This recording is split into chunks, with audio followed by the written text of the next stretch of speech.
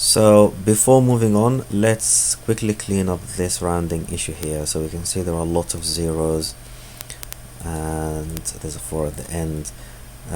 So we can clean it up on the Excel side, but let's do it on the server side.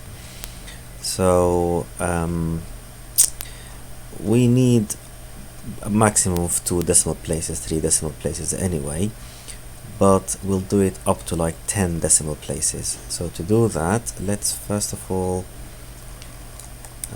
set this on a variable. So let result equals that.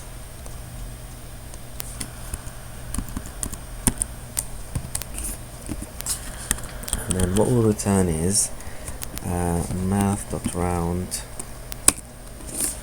and then we will multiply the result by 10 to the power 10, and that will be rounded, and then we'll divide by 10 to the power 10. So let's deploy that new version. Okay, so hopefully this will work.